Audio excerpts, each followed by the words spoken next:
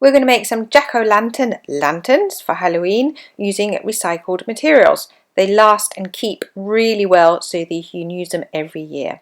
So you will need some tissue paper. This is a recycled wrapping paper, a jar, a nice clean one ideally,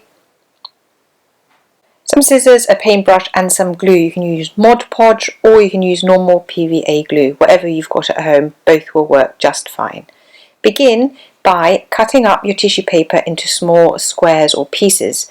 You can rip them up, that's fine as well, but I like to cut them just for that slightly neater finish.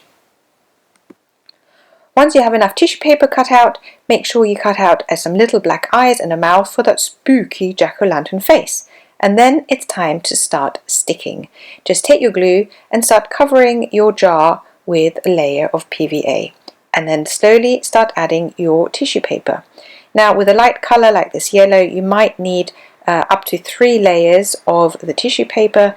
With the orange I only needed 2, but really just work your way around and see how it goes. Lighter colours sometimes go a bit see-through, that's why you might need a couple of extra layers. But just experiment and see how it goes. So keep going until your jar is nicely covered. I like to add lots of glue because it really seals the jar and means it will last a long time, even makes it a little bit waterproof, though most glues are water-based, so don't rely on that totally. Then just stick on your eyes and your mouth. You might need a little bit of extra glue just to secure it in place, and once they're on, I like to put a little bit of glue over the top once again just to seal it all off.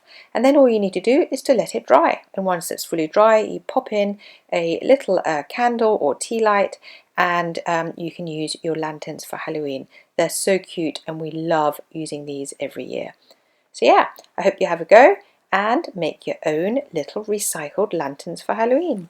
Bye!